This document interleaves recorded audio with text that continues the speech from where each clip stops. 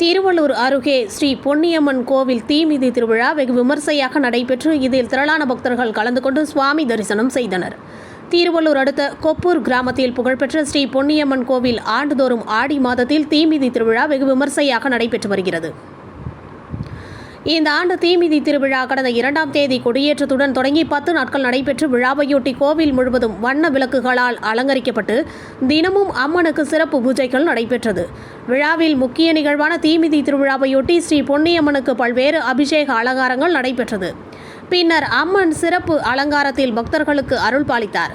காப்பு கட்டிய பக்தர்கள் மாலை கிராம வீதிகளில் ஊர்வலமாக கோவிலில் வந்து அக்னி குண்டத்திற்கு முன்பு ஸ்ரீ பொன்னியம்மன் எழுந்தருளி அக்னி குண்டத்திற்கு சிறப்பு பூஜைகள் செய்யப்பட்டு சுமார் 350க்கும் மேற்பட்ட பக்தர்கள் கோவிந்தா கோவிந்தா என்ற பக்தி பரவசத்துடன் தீமிதித்து தங்களது நேர்த்தி கடன்களை செலுத்தினர்.